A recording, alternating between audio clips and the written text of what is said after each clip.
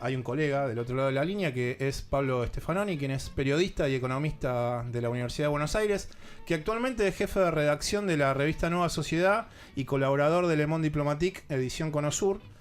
Pero como es un entendido en temas que tienen que ver con el país hermano, él fue coautor del libro La Revolución de Evo Morales, de la coca al palacio, y en el año 2004 obtuvo con el actual vicepresidente de Bolivia, Álvaro García Linera, el premio en Ciencias Sociales Agustín Cueva, otorgado por varias universidades del Ecuador. Además fue colaborador del diario Il Manifesto en Roma, del diario Clarín fue corresponsal y del semanario Brecha en Uruguay. No soy muy amante de los perfiles, pero cuando una persona tiene tanto trabajo encima, me parece que es digno presentarlo de una manera que sea propicia. Pablo Stefanoni, y además es de mi barrio. Nos criamos los dos en Liniers. Pablo, buenos mediodías. Desde aquí, desde Radio Dime, te saluda Marcelo Aymar. Estoy con mis compañeros de trabajo Diego Pascual y Camila Capaldo. ¿Cómo estás, Pablo? Buen día. Hola, ¿qué tal? Un abrazo para ustedes y para todos los oyentes también, y gracias por la presentación. No, usted se lo merece con años de trabajo, Pablo.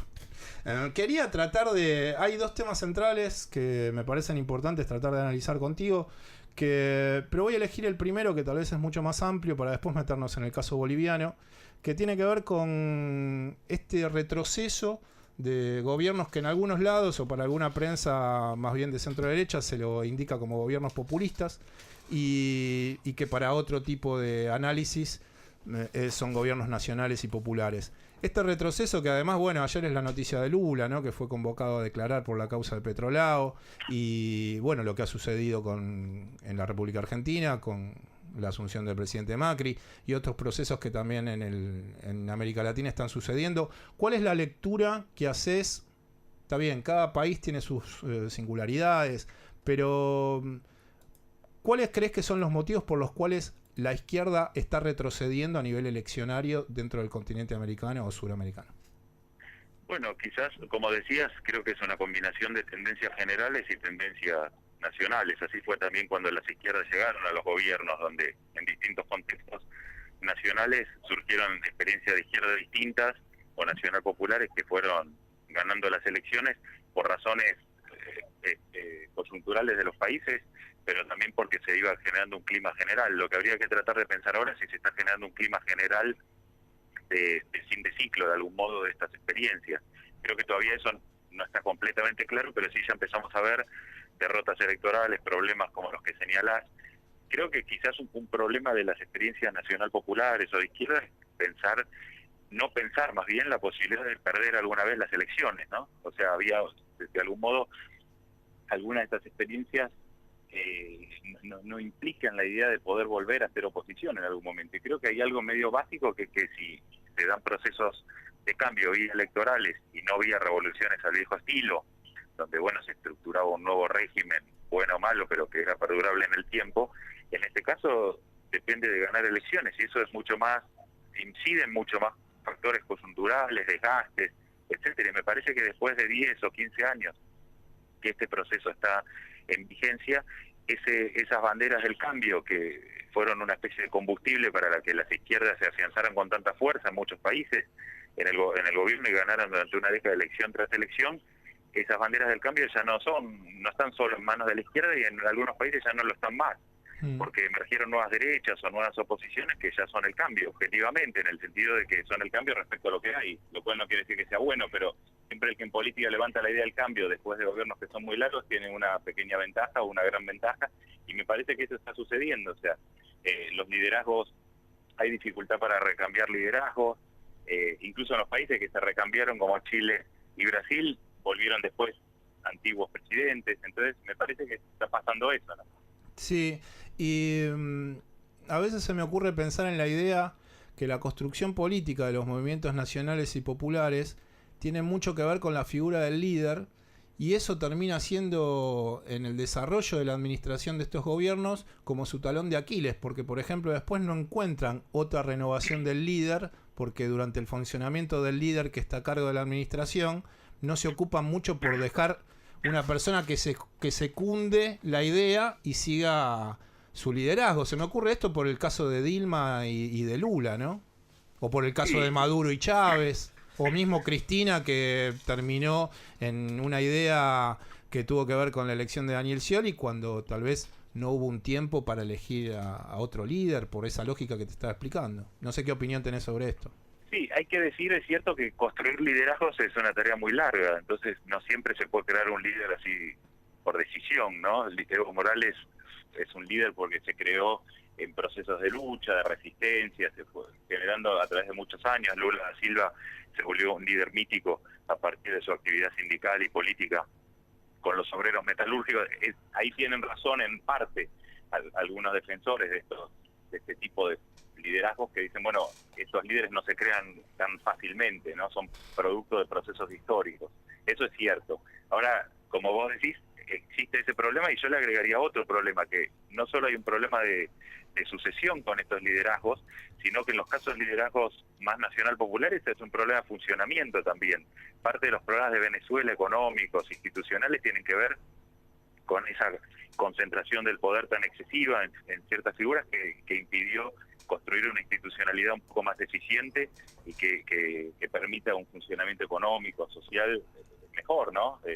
Venezuela no solo tiene un problema de sucesión con Chávez, sino tiene problemas económicos e institucionales muy serios que impidieron que ese modelo sea más sostenible. Entonces creo que es un gran debate. Por un lado, el caso de Dilma muestra también la dificultad de transitar hacia otros liderazgos, ¿no? Porque Dilma siempre fue más débil que Lula. Entonces ahí sí quizás habría que pensar un poco más en qué institucionalidad se construye en estos nuevos gobiernos, y me parece que en muchos casos se despreció un poco esa cuestión de la institucionalidad, y el hecho de que estos gobiernos terminen cambiando sus propias constituciones por temas de reelección o por otras cuestiones, que son las constituciones que se aprobaron bajo estos procesos de cambio, muestra que muestra también, me parece, esta dificultad para aceptar un tipo de institucionalidad, por lo menos durante un cierto tiempo, ¿no? Pablo, vos tuviste la oportunidad de vivir en Bolivia, creo que 4 o 5 años, fuiste director de la edición boliviana de Le Monde Diplomatique, y sí quería meterme en el segundo tema de esta entrevista y consultarte acerca de por qué crees que el pueblo boliviano, después de la administración de Evo Morales haber logrado tantas mejorías para las clases más bajas de Bolivia, ha logrado ir en contra en este llamado a elecciones que no le permite a Evo Morales extender, si quisieran, un periodo más. ¿Cuáles crees que son esas ideas que han llevado a la ciudadanía boliviana a ir en contra de un proceso, de darle una administración más al gobierno de Morales y García Linera? Bueno, creo que primero hay que decir que el resultado fue muy parejo, con lo cual cualquier análisis, no habría que abusar del análisis, en la medida que con un resultado que se definió 49-51 todo había podido pasar, y si hubiera ganado Evo estaríamos diciendo lo contrario, ¿no? Entonces, por 2 puntos habría que tener cuidado en hacer análisis demasiado estructurales sobre algo que era un poco volátil. Lo que sí es cierto que Evo perdió muchos votos respecto a elecciones que venía ganando en toda la década con más del 60%, y ahora sacó 49%.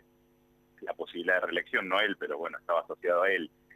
Yo creo que hay varios elementos, pero que básicamente se resume en uno, que es que la población boliviana se instaló la idea de que 15 años, que es lo que él va a tener hasta que termine su mandato, en 2019, 20, porque va a terminar prácticamente en 2020, es suficiente. O sea, y Evo Morales ya tuvo una reelección de algún modo entre comillas, de regalo, porque la Constitución nueva, aprobada en 2009, establecía que solo había una reelección.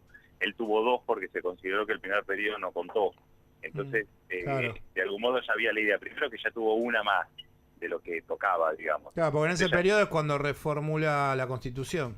Entonces claro, no cuenta. Ahí se convocan elecciones anticipadas y se termina consolidando en el Tribunal Constitucional la idea de que el primer mandato no cuenta, a pesar de que la Constitución tenía una cláusula transitoria que decía que sí contaba. Entonces ahí ya hay una idea de que, bueno, ya tuvo esa. Ahí no hubo resistencia a que tuviera ese mandato más. Entonces se instaló la idea de que 3 mandatos son suficientes, por un lado. En segundo lugar, la campaña del MAS no fue buena, o sea, fue más bien bastante mala como campaña electoral, lo cual en un resultado que solo se definió por 2% de diferencia, por 2 puntos de diferencia, esta campaña, si hubiera sido mejor, pues quizás hubiera cambiado el resultado y estaríamos hablando del éxito de Evo Morales de ganar la elección después de 10 años. Y en tercer lugar, Bolivia es un país que no tiene tradición reeleccionista. Todos los gobiernos que intentaron ser reelegidos, los presidentes que intentaron ser reelegidos en la historia boliviana, fracasaron en esa tarea. Evo Morales sí lo logró, y de hecho es el presidente que más tiempo lleva en el poder en toda la historia del país.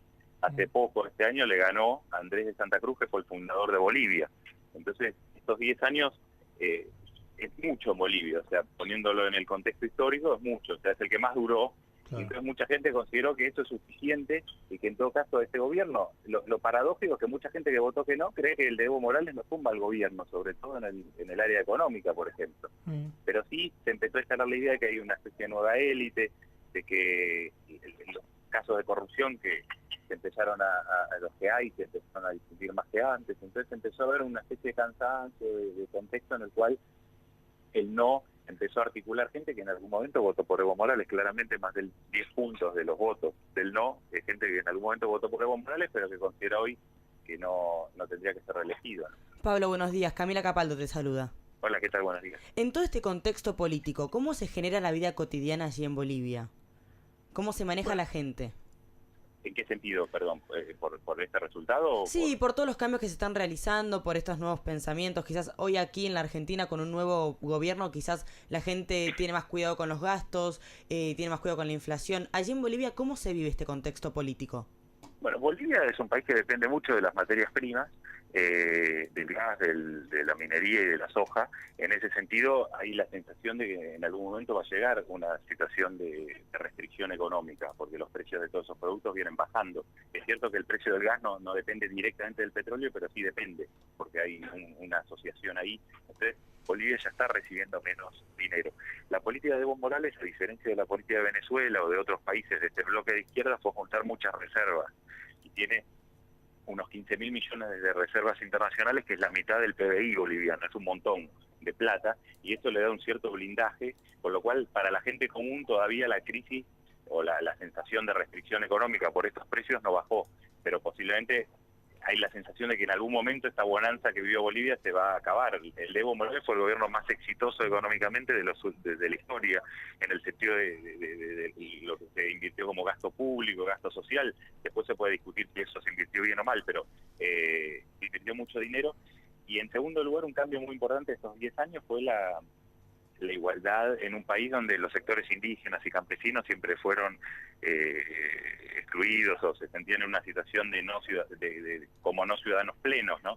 Si ustedes miran hoy el Parlamento de Bolivia, el Estado y demás, van a ver mucha más presencia de todos esos sectores. Y de hecho que Evo Morales en el referéndum que hablamos haya ganado por amplia mayoría en el campo muestra que esos sectores siguen siendo fieles electoralmente a Evo Morales.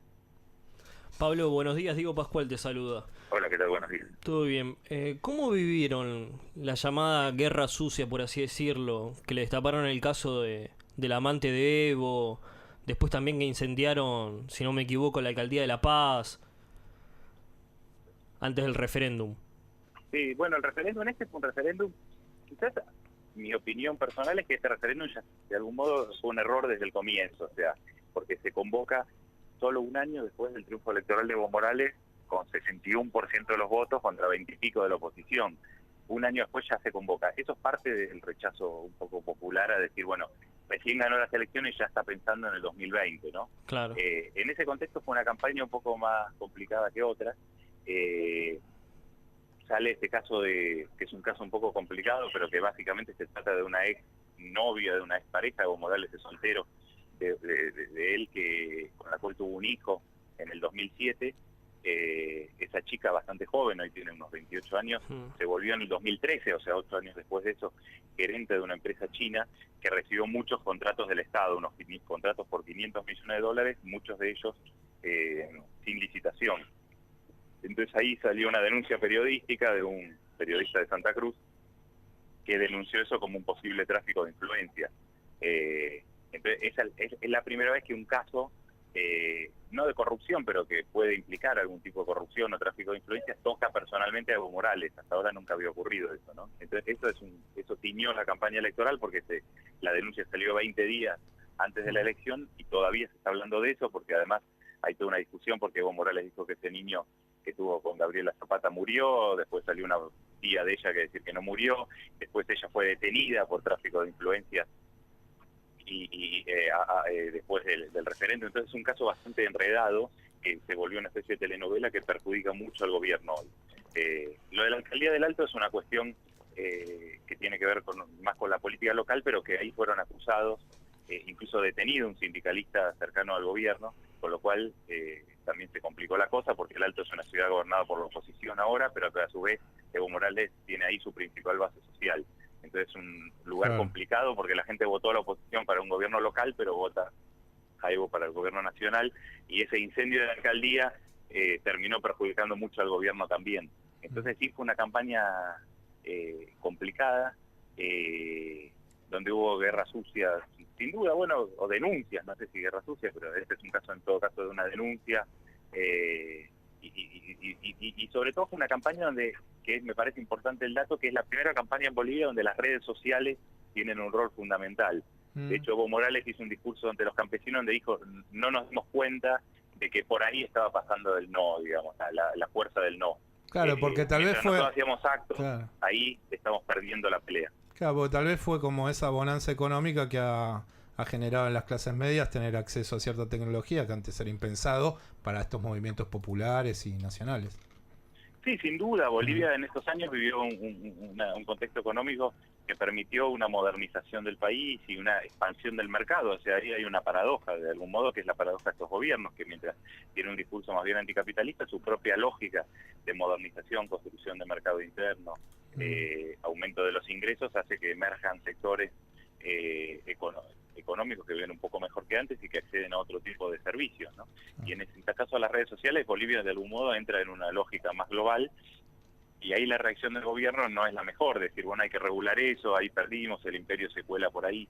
Quizás habría que entender más por qué en las redes sociales y por qué en ciertos sectores urbanos, que es donde más ganó el no, se instaló esa sensibilidad de que Evo Morales no debería seguir, ¿no? Entender más por qué se perdió, que apelar solo a la idea de que hay una mano del imperio detrás, porque la mano del imperio posiblemente haya estado en toda la década y Evo Morales ganaba con más del 60% siempre, ¿no? Pablo, queríamos agradecerte por esta entrevista y bueno, que tengas un buen fin de semana y seguramente volveremos a charlar durante el año y espero que le decimos a la audiencia que te lea en Nueva Sociedad, que te lea en Le Monde Diplomatique y que vaya a las librerías a comprar los libros que has escrito. Algunos sobre temas bolivianos. Y hasta la próxima. Muchísimas gracias, Pablo. Estaba hablando con nosotros Pablo Stefanoni, quien es periodista y economista de la Universidad de Buenos Aires y ha trabajado en muchas publicaciones y es un entendido sobre temas que tienen que ver con la República Hermana de Bolivia, que está atravesando todos estos cambios que nos decía él.